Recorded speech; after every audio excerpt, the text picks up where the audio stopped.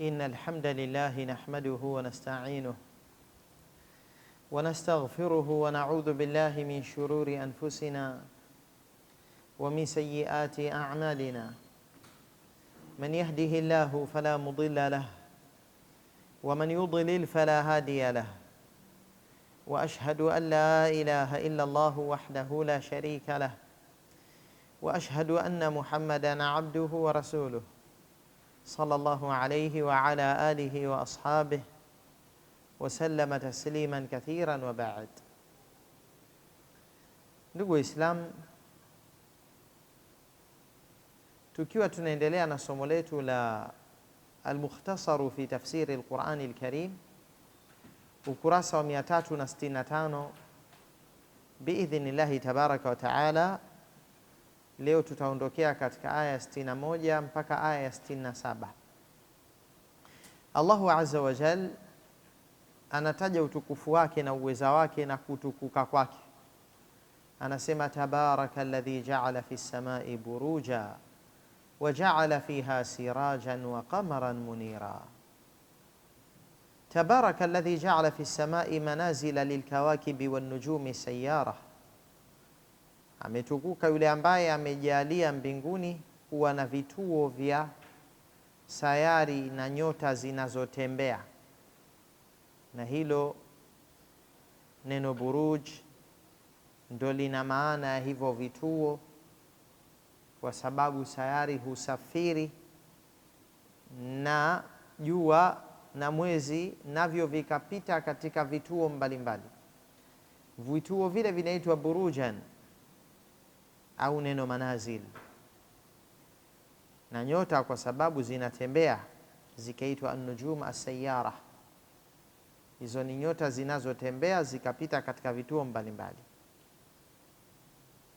Halafu akajalia katika mbingu pia sirajan, taa inayotoa mng'aro na ina joto, tofauti na mwezi umeitwa nur. Jua ni siraj kwa sababu ni taa inayotoa mwangaza binafsi yake na ikatoa na joto na taka, energy maalumu inatoka katika jua, ambapo mwezi unaakisi nuru tu. Kuakisi nuru maana yake nini? Kuakisi nuru kwa maana ya kwamba mwezi unachukua kutoka kwenye jua mwangaza na hatimaye ukaleta mwangaza ardhini. Neno hili kuakisi asili yake ni Kiarabu, yani alqamaru ya'kisu an-nur, mwezi unaakisi mwangaza. Ni kama vile mwangaza wa tochi ukapiga kwenye kioo na kioo kikakurejeshea mwangaza.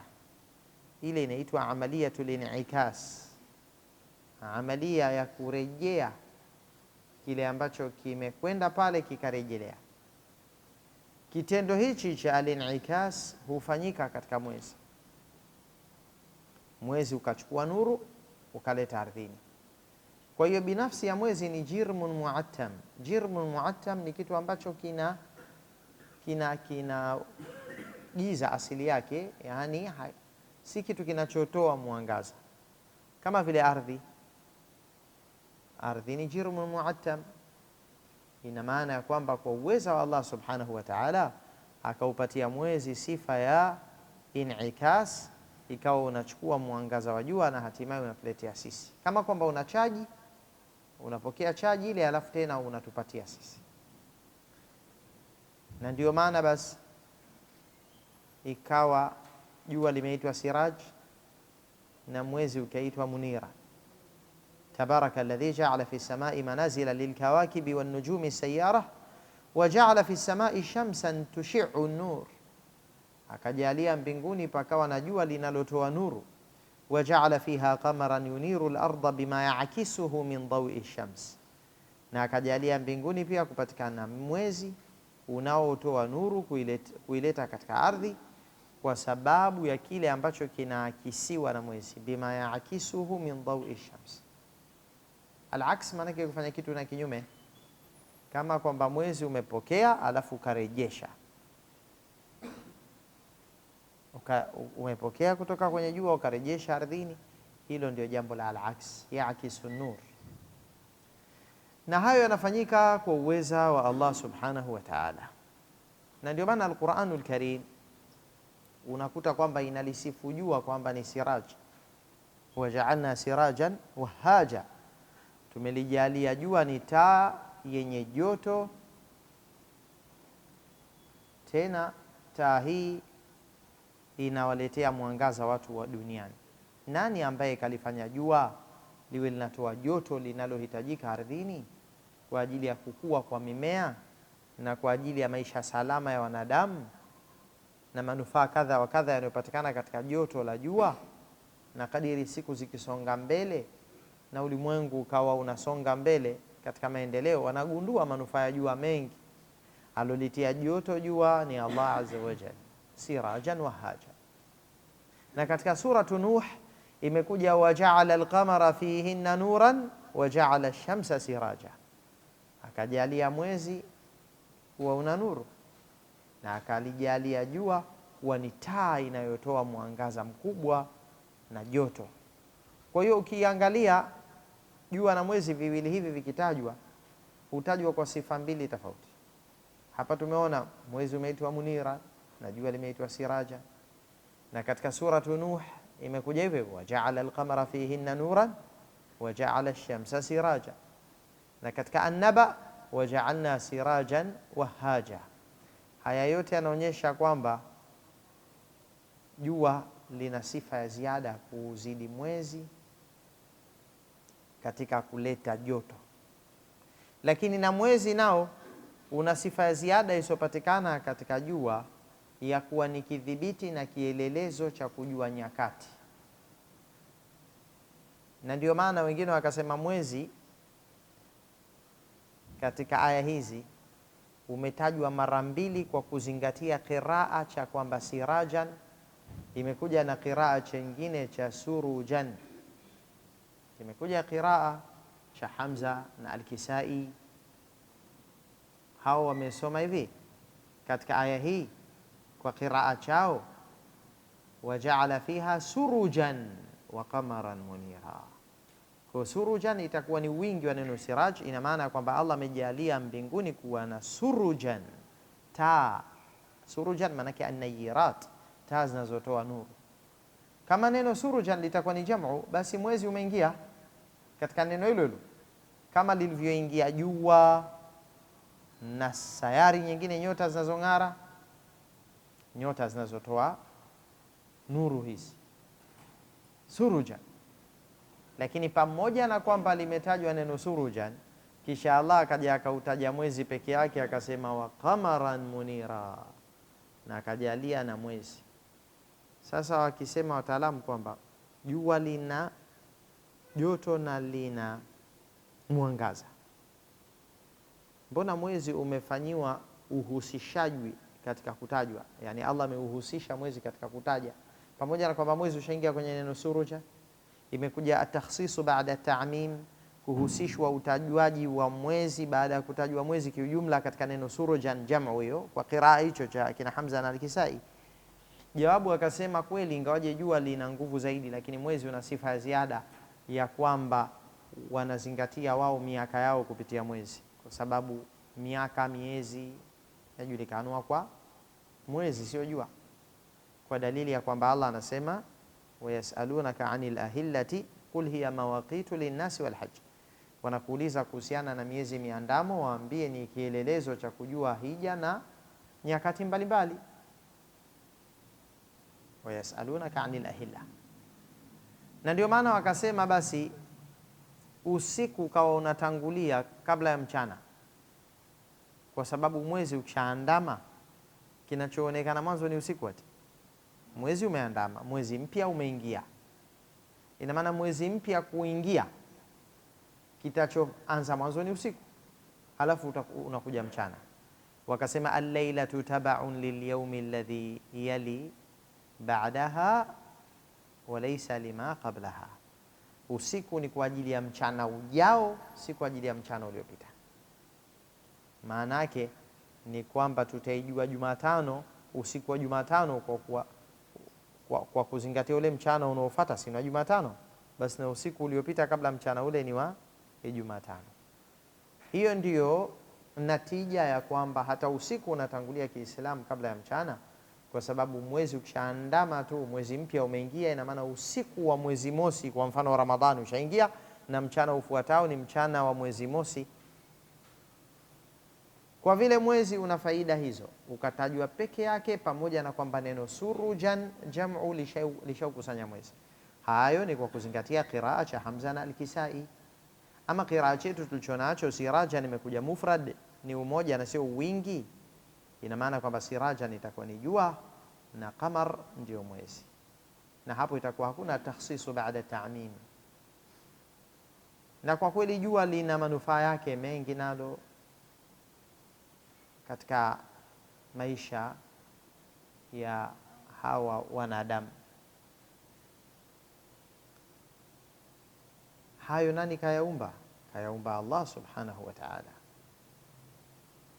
Akataja sifa yake nyingine, akasema wa huwa alladhi ja'ala al-layla wan-nahara khilfa, na yeye Allah ndiye aliyefanya usiku na mchana viwe vinapishana. Khilfatan, ima itakuwa ni imetokana na neno khalaf au itakuwa imetokana na neno khalf. Tukisema khalaf, maana yake usiku ni mbadala wa mchana na mchana ni mbadala wa usiku. Nini maana mbadala? Maana yake kheri ilokupita kuitenda usiku itende mchana, na kheri ilokupita kuitenda mchana kaitende usiku, kwa sababu usiku ni mbadala wa mchana. Kama umepoteza mchana wako katika kheri na amali fulani njema, fanya usiku uwe mbadala wa ule mchana, lipiza kheri ile. Umeshindwa kutoa sadaka mchana na pengine uliazimia ufanye hivyo, hukupata taufiki, basi usiku unakuja fanya hiyo kheri. Ama tukisema neno khilfatan ni neno asili yake ni khalf, nyuma, maana yake mchana na usiku kila kimoja kinakuja nyuma ya mwenziwe, kwa sababu ukipita mchana si unakuja usiku baada yake, na ukipita usiku baada yake unakuja mchana. Wa huwa alladhi ja'ala al-layla wan-nahara khilfatan liman arada an yadhakkara au arada shukura, kwa yule anayetaka kukumbuka au anayetaka kushukuru.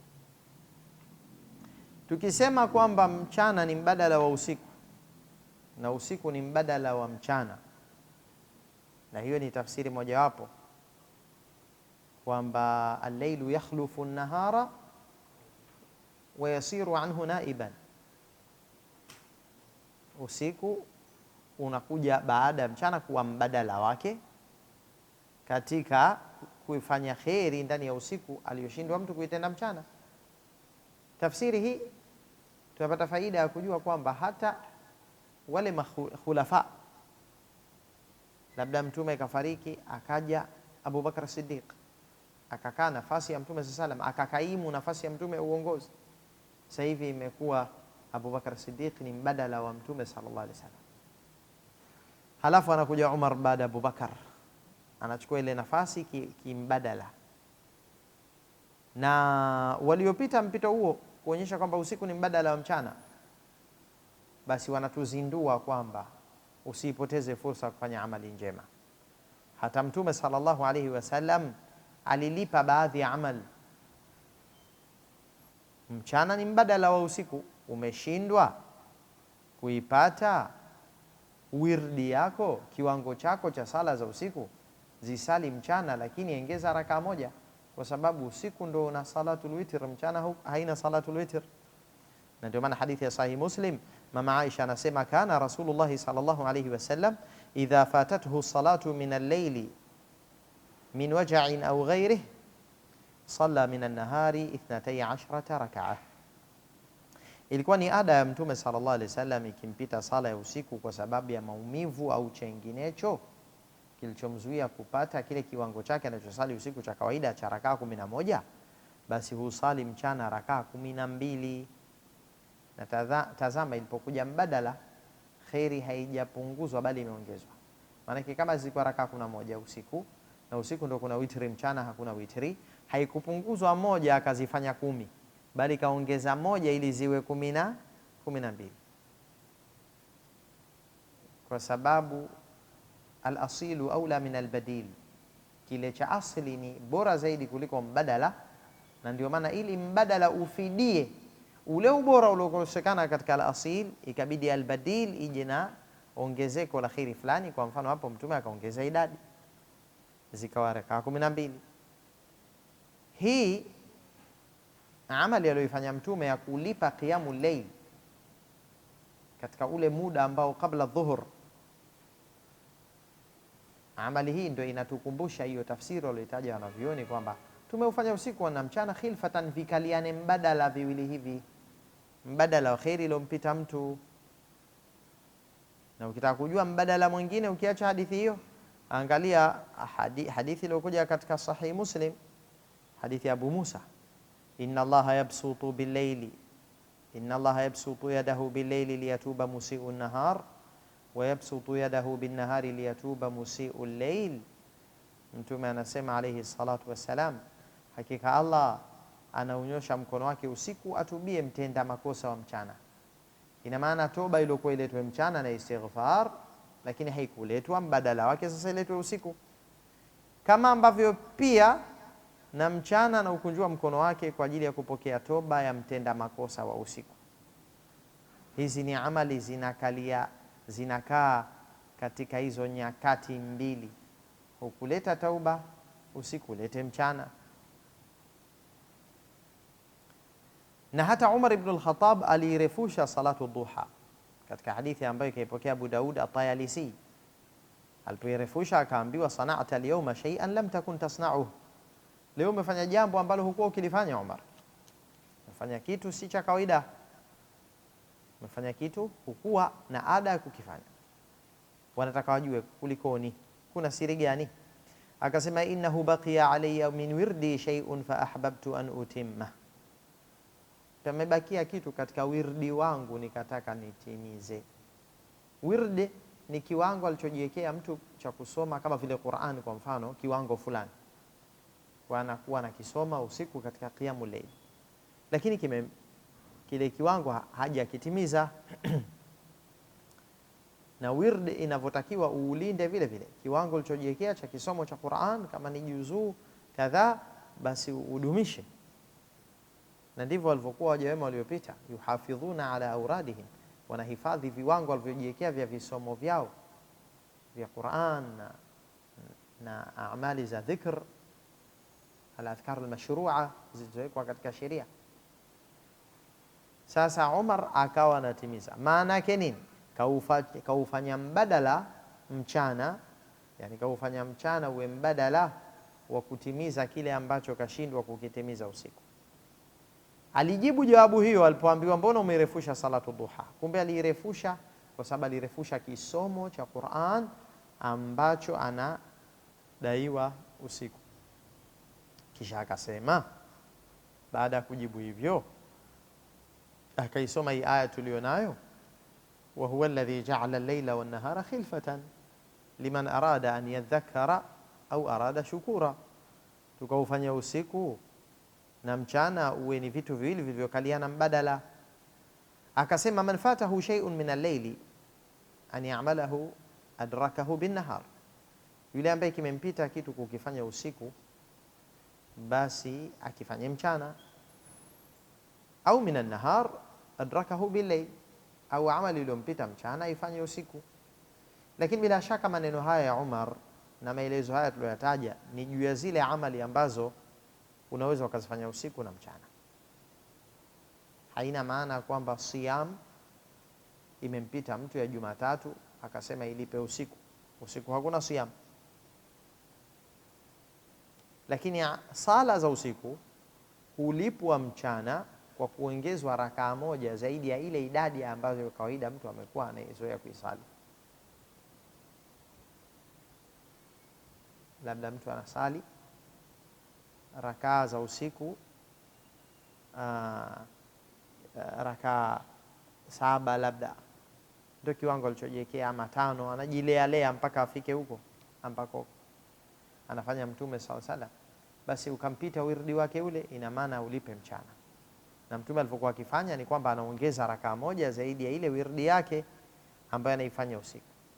Kwa hiyo badala ya rakaa 11 akisali rakaa 12. Na hiyo ndio sunna ya Mtume SAW, kwamba isisaliwe witr isipokuwa mbadala wake kilipwe kile kiwango kinachosaliwa kawaida, na ongeze rakaa moja ili isiwe witr. Haya ni mafunzo ya Mtume sallallahu alayhi wasallam, na hii aya imekuja tufundisha jambo hilo tukaweza kufaidika.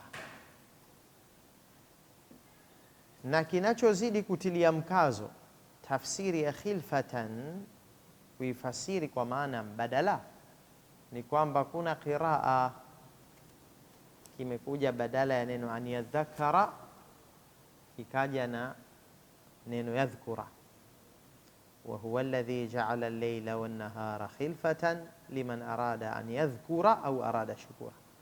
Ina maana an yadhkura ndio iko wazi zaidi, anayetaka kukumbuka. Maana yake anataka kukumbuka amali iliyompita usiku, sasa ilipe mchana, basi akumbuke afanye hicho alichokikumbuka, na kilichompita mchana akakifanya usiku. Ina maana kwamba umewekewa mbadala kisheria na ukawekewa akili ya kukumbuka kimaumbile. Maumbile ukiyajumuisha na sheria, unapata kusonga mbele katika uwanja wako wa kutafuta amali za akhira. Mwanadamu anayo maumbile ya kukumbuka baada ya kusahau, na akishakumbuka maana yake anaambiwa unaweza ukafanya mbadala. Amali hiyo ambayo ulikusudia uifanye mchana, basi ifanye usiku. Ulikusudia ulete istighfar, ufanye tauba, utoe sadaka, au imekupita qiyamul layl kwa kusahau, ama usingizi umekuchukua, ina maana ya kwamba ule wirdi wako ambao kawaida unaufanya, fanya huo, lakini tu isiwe ni idadi ya witr, badala yake ongeza moja, iwe kama alivyofanya Mtume sallallahu alaihi wasallam, kaongeza rakaa moja alayhi salatu wasalam, ili asiwe amesali witr mchana. Kwa hiyo kwa kweli neno an yadhakara limepokelewa takhfifan wa tashdidan, ima dhali itiwe shadda pamoja na kafu yake, au dhali iwe na sukun na kafu isiwe na shadda pia, na neno litakuwa lina maana kukumbuka.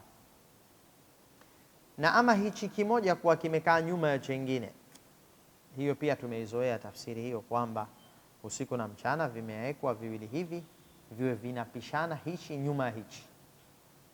Yakhlufu al-laylu nahara, usiku unakuja nyuma ya mchana, wa hali kadhalika na mchana nao. Wallahu huwa alladhi sayyara al-layla wan-nahara muta'aqibayn ya'qubu ahaduhuma al-akhara wa yakhlufuhu liman arada an ya'tabira bi ayati Allahi fayahtadiya au arada shukra Allahi ala ni'amihi. Naye Allah ndiye ambaye ameugeuza usiku na mchana, au ameufanya usiku na mchana mutaaqibaini, ni vitu vinavyokaliana kimoja nyuma ya mwenziwe. Asili ya neno taaqub ni aqiba, yati al-laylu aqiba an-nahar, usiku unakuja baada ya mchana. Yaqubu ahaduhuma al-akhar, kimoja kati ya viwili kinakaa nyuma ya mwenziwe. Wa yakhlufuhu, neno yakhlufuhu asili yake ni khalf.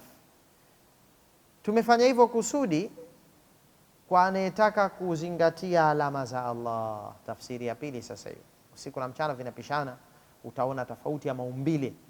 Usiku na maumbile yake ya giza, mchana na maumbile yake mengine, halafu vinapishana ili anayetaka kuwa na i'tibar azingatie, aone kwamba dunia haikupewa rangi moja na hali moja, kuna hali mbili, usiku na mchana.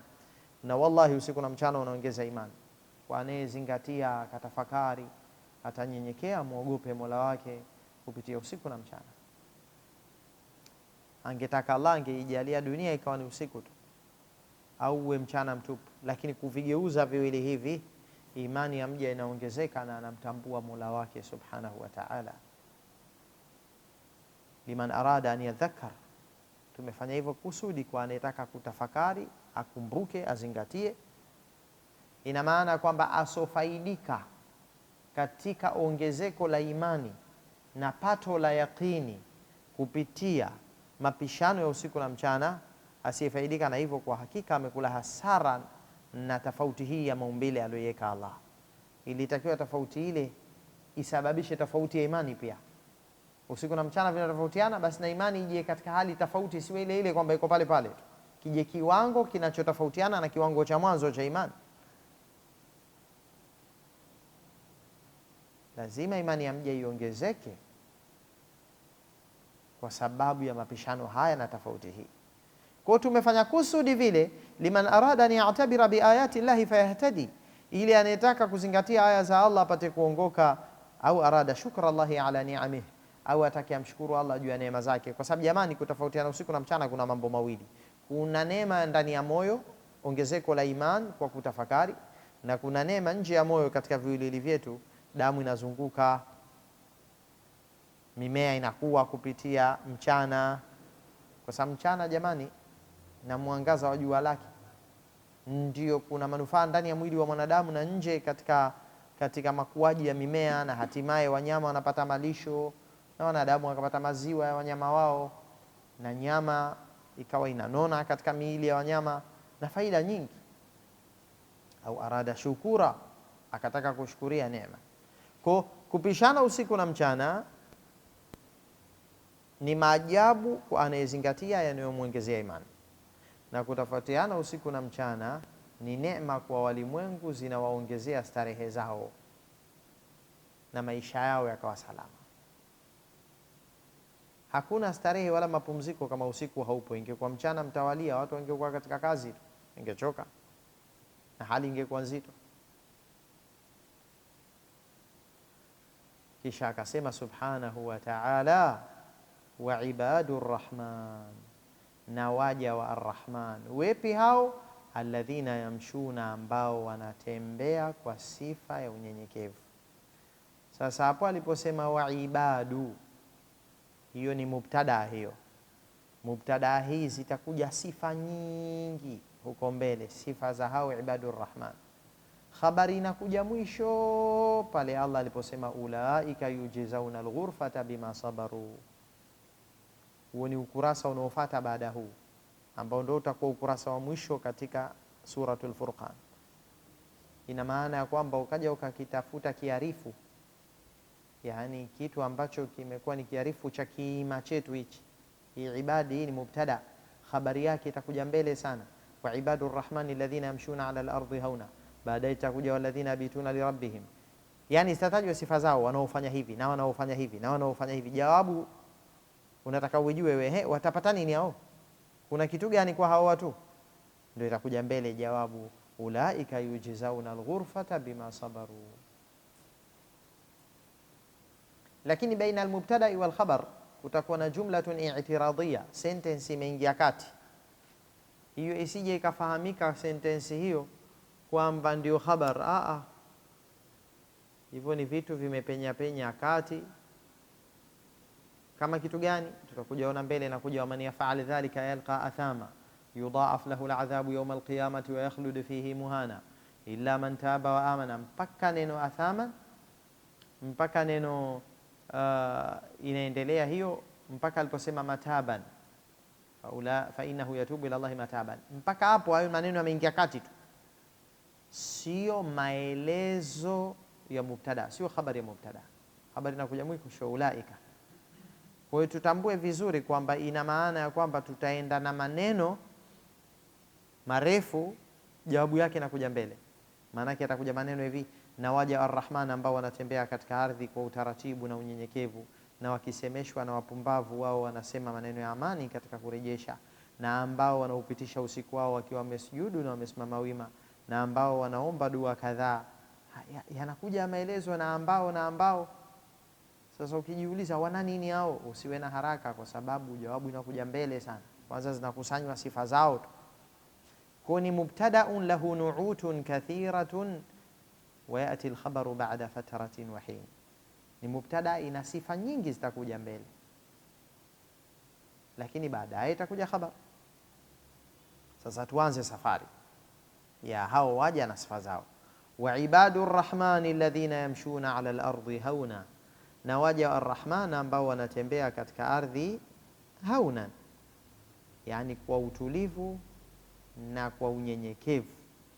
Wa idha khatabahumul jahiluna qalu salama, na wakisemeshwa na wajinga wa tabia, wao hurejesha maneno yanayomaanisha amani. Waja arrahman wa ibadur rahman almu'minuna alladhina yamshuna ala al-ardi biwaqarin mutawadhi'in Waja wa Rahman ni wale ambao wanatembea juu ya ardhi kwa utulivu. Katika lugha ya Kiarabu kuna tofauti baina aljahli waljahala. Aljahl ni ujinga wa kutotambua jambo, ndio aljahl. Na aljahala ni ujinga wa tabia wa vitendo.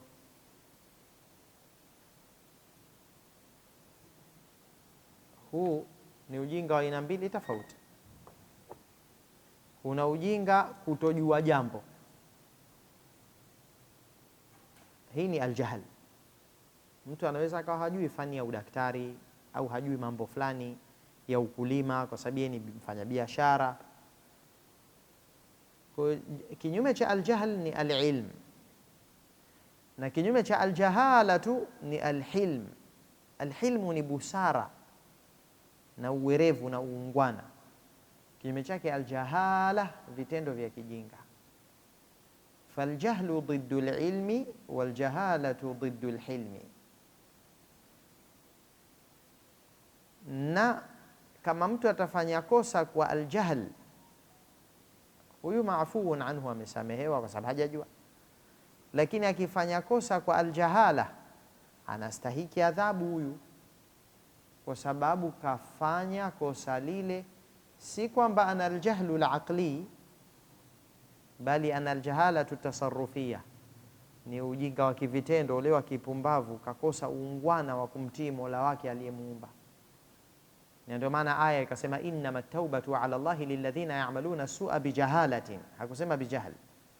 Si vinginevyo toba ni kwa wale ambao wanafanya madhambi bijahalatin, yani kwa kule kwamba wana jahala ya vitendo, yani wanasema kazidiwa na matamanio huyo. Si kwamba dhambi haijui kwa ni dhambi, anajua kwamba hili ni kosa, kulewa ni kosa, kufanya dhulma ni kosa, lakini aljahala imemzidi, matamanio yamemwandama. Kwa sababu lao ingekuwa na aljahl, sheria isingemhukumu ikiwa mtu hajajua hukumu fulani, hasa ikiwa hakufanya uzembe. Pengine ni Muislamu mpya, hatusemi kazembea kusoma elimu ya dini. Muislamu mpya hajajua, maskini, ndio kwanza anajifundisha huo Uislamu wenyewe. Kwa huyu akikosea kwa jahl, maafuun anhu. Lakini yale atayokosea mwanadamu kwa jahala, alete tauba, thumma yatubuna min qarib. Na ndio maana Allah asema wanaofanya dhambi kwa jahala kisha wakatubia kwa karibu, hao wana nafasi ya kukubaliwa toba yao mbele ya Allah. Sasa na hapa aljahilun alokusudiwa hapa ni ashabul jahalati, wale wenye jahala, wale wanatamka maneno machafu, wanatenda vitendo viovu, lakini ibadur rahman wanajichunga, wao hawawi watu wa jahala. Na aljahli ikiwa kwa maana kutojua, inataada kwa harufi ya ba, jahila bihi, amejiingikiwa nacho hichi kitu. Lakini jahila ikija kwa maana aljahala, kitendo hicho huwa jahila alaihi. Ala inamaanisha kwamba sasa hii jahila imetokana na aljahala na sio aljahl. Jahila alaihi maanake kamfanyia mwenziwe vitendo visivyokuwa vya kiungwana. Na hata yule mshairi katumia herufi ya ala aliposema ala la yajhalan ahadun alaina fanajhala fawqa jahli aljahilina. Sikilizeni vizuri, asitufanyie mtu vitendo vya kipumbavu na kijinga na sisi tukafanya zaidi ya wanavyofanya wajinga. Yeye anasema hivyo mshairi. Lakini huyu abdun min ibadi rrahman anachunga ulimi wake, hatibuliwi na alokosa uungwana na yeye akakosa uungwana kama vile, hatibuliwi. Anakuwa makini, anajichunga. Na ndio maana Allah anasema wakisemeshwa na wajinga qalu salama, wao wanasema maneno ambayo ndani yake yamebeba amani. Kwa tafsiri hiyo basi ina maana kwamba neno salaman sio neno analolitamka hao ibadur rahman yani haijakusudiwa hapa wakisemeshwa kwa maneno ya kijinga jinga wao wanatamka neno salaman, sio hivyo, bali wakisemeshwa maneno ya kijinga wao husema neno lenye amani ndani yake, ndio hiyo neno salama. Sio kwamba salama ndio neno lenyewe litamkwalo, lakini yanayotamkwa ni maneno mazuri, yamebeba hiyo salama, yamebeba amani, maneno yasiokuwa na ujinga ndani yake. Hiyo ni tabia yao. Wanatembea kwanza hauna, maanake Allah kasifu mwendo wao hapo, alafu kasifu ndimi zao. Ndimi zao hutamka amani na mwendo wao pia huashiria amani, kwa sababu muumini mwenye imani anatakiwa atembee si kwa maringo. Wala tamshi fil ardi marahan innaka lan takhriqa al arda wa lan tablugha al jibala tula, usitembee katika ardhi kwa maringo, kwani wewe huwezi kuipasua ardhi wala huwezi kufikia urefu wa majabali.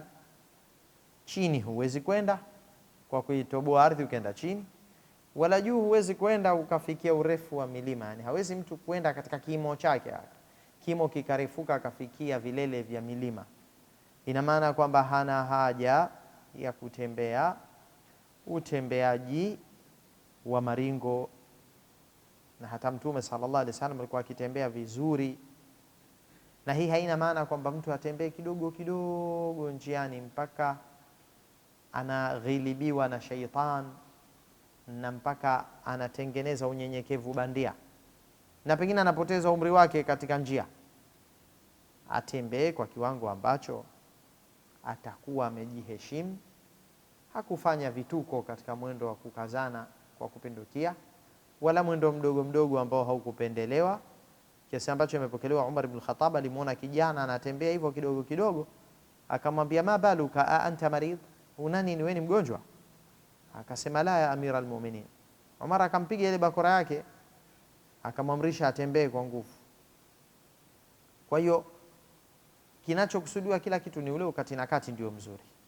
Idha ataytumus salata fala ta'tuha wa antum tas'aun, mkiijia sala msikitini msijie mkiwa mna kwenda mbio. Wa atuha wa alaykumus sakina, bali ijieni sala hali ya kuwa mmejawa na utulivu. Fama adraktum fasallu wa ma fatakum faatimu, mtachokiwahi kisalini na kitachokufuteni basi kitimizeni. Hiyo ni hadithi ya Imam Bukhari na Muslim. Kwa hiyo ukati na kati ni mzuri, mwendo wao ulikuwa ni aina hiyo, na maneno yao ndio hayo mazuri. Hawatibuliwi wakatamka matusi, kwa sababu na wao walitukanwa. Wa idha sami'u lahu wa a'radu anhu wa qalu lana a'maluna wa lakum a'malukum salamun alaykum la nabtaghi al-jahilin. Hii ni aya nyingine katika Al-Qasas 55. Wanaposikia pumbao hukengeuka pumbao lile na husema sisi tuna amali zetu na nyinyi mna zenu. Salamun alaykum, amani wa juu yenu, la nabtaghi al-jahilin, hatuwataki wajinga asiye. Sasa ukichukua aya hii 55 Al-Qasas na hii tulionayo hapa 63 Al-Furqan, zote mbili zimetaja kwamba huku kulifanyika jahala, upande wa pili yakatamkwa maneno yenye salamu, yenye amani. Yani neno jahala utalikuta huku na huku, na hali kadhalika neno salam. Hapa imekuja salamun alaykum, halafu la nabtaghi aljahilin. Aljahilin yani jahala. Na hapa ikaja wa idha khatabahumul jahilun qalu salam. Kwa hiyo hiyo ndio tabia yao, tabia ya ndimi zao kuwa zimekaa vizuri. Na usiku wao wanaupitisha vipi hao? Walladhina yabituna lirabbihim sujadan wa qiyama, na ambao wanaupitisha usiku wao kwa ajili ya Mola wao. Ina maana usiku ni kwa ajili ya Mola, mchana una amali zake, lakini usiku ni zaidi waja wanafaraghika kwa Mola wao. Walladhina yabituna lirabbihim sujadan, wakiwa wamesujudu, wa qiyama, na wamesimama wima. Hao ni ibadur rahman. Neno bata yabitu linamaanisha usiku.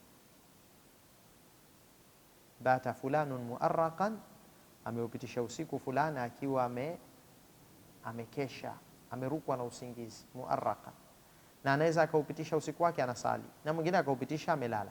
Kwa bata yabitu ni neno linalomaanisha kuupitisha usiku katika hali fulani. Bata naiman, na inaweza ikasemwa bata qaiman, amepitisha usiku amelala, au amepitisha usiku kisimamoni katika sala.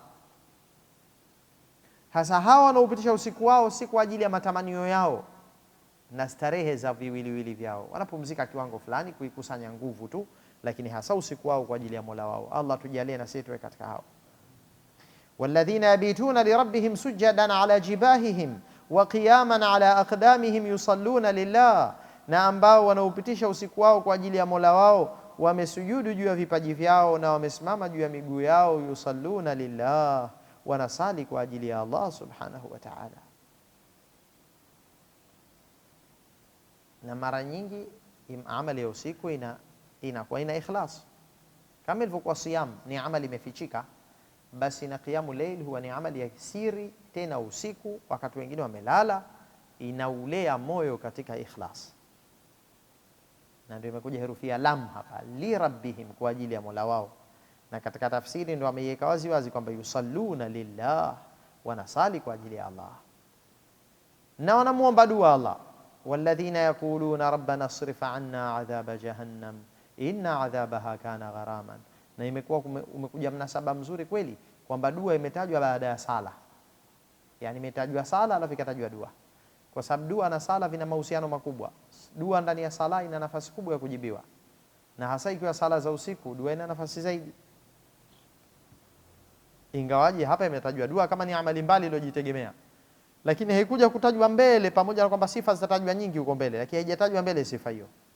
Ilipotajwa sala ya usiku ikatajwa na dua. Walladhina yaquluna fi duaihim li rabbihim rabbana ab'id 'anna 'adhaba jahannam inna 'adhaba jahannama kana daiman mulaziman liman mata kafira. Na ambao wanasema katika dua yao hawa ibadur rahman, kumwambia Mola wao, Mola wetu mlezi, tuwekee mbali adhabu ya jahannam.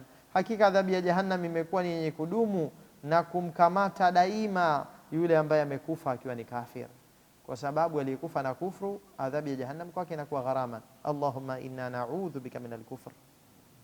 Kufru ni bala, na hiyo ndio tafsiri ya neno gharaman. Gharaman maana yake adhabu ya jahannam imekuwa gharaman, ay mulaziman, inamlazimu na kumshika, haimwachi, inadumu. Kama ilivyokuwa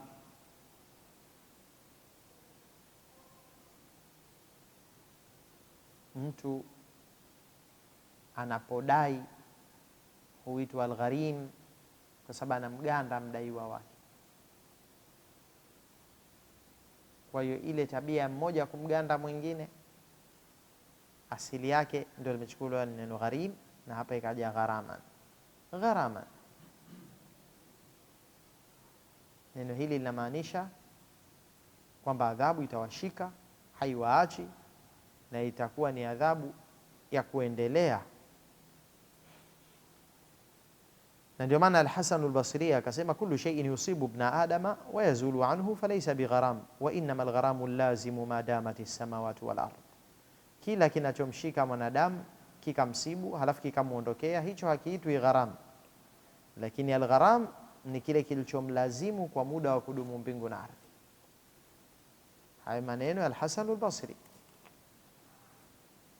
akilifasiri neno al-gharam.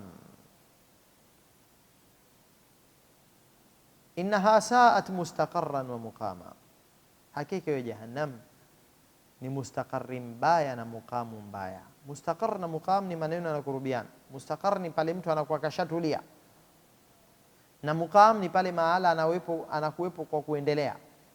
Muqam, na ndio maana yule anayekuwepo pale kwa kuendelea anaitwa muqim. Na hata ukisikia mtu kashapata al-iqama yule katika nchi fulani, iqama maana yake ukaazi endelevu, sio tu kupita muda mchache, ndio neno muqama. Ina maana watu wa jahannam watakuwa ni muqimuna mle ndani. Innaha sa'at mustaqarran wa muqaman, innaha sa'at makanu istiqrarin liman istaqarra fiha wa sa'at muqaman liman yuqimu fiha. Hakika motoni ni mahala pa kutuama pabaya kwa atakayetuama akawa kashafika hapo, na ni mafikio mabaya kwa yule ambaye anaishi humo ndani na kuendelea kuwepo. walladhina idha anfaqu lam yusrifu, na ibadur rahman ni wale ambao wanapotoa mali zao hawafanyi israf, walam yakturu, wala hawabanii wakafanya ubakhili, wakana baina dhalika qawama, na hali yao inakuwa baina hizo hali mbili. Hali ya kati na kati ndio bora, kutofanya ubakhili na pia kutofanya israf.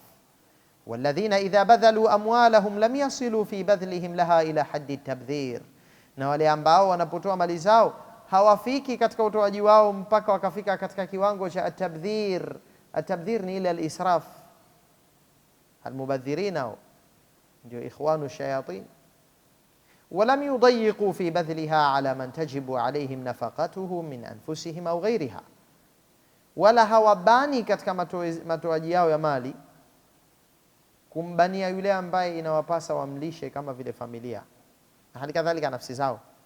Kuna watu wanazifanyia ubakhili mpaka nafsi zao, au wengineo wanawafanyia ubakhili katika watoto na familia inayotakiwa ilishwe na kusimamiwa. Wa kana infaquhum baina tabdhiri wa taqtiri adlan wasata, na utoaji wao umekuwa baina tabdhiri wa taqtiri, baina ya israf na ubadhirifu.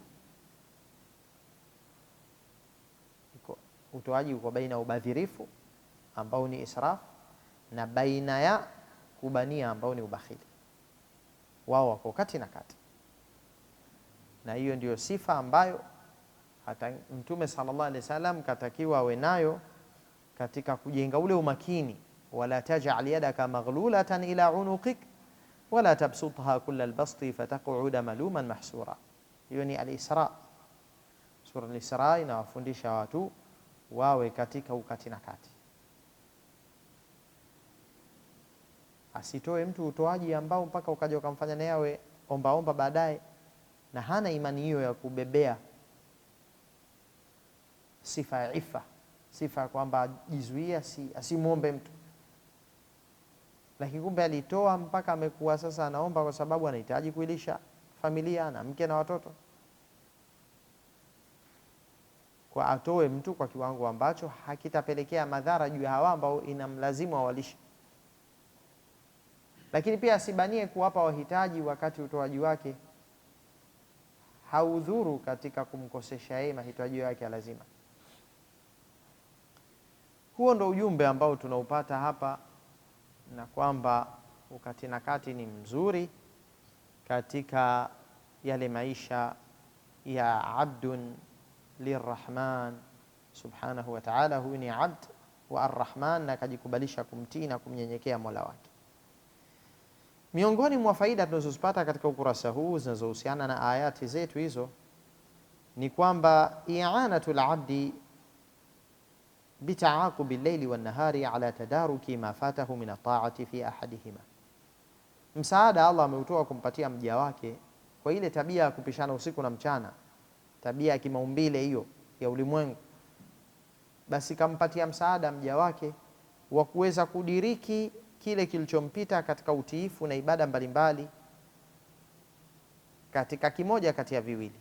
Yani imempita ibada na kheri katika muda wa mchana au usiku, kimoja kati ya viwili hivi ikiwa kimemponyoka, usiku umempita hakufanya amali au mchana umempita hakufanya amali, basi afanye bidii ya kuitumia fursa ijayo iwe ni mbadala. Fursa mchana imempita, anao usiku, mbadala wa mchana afanye amali.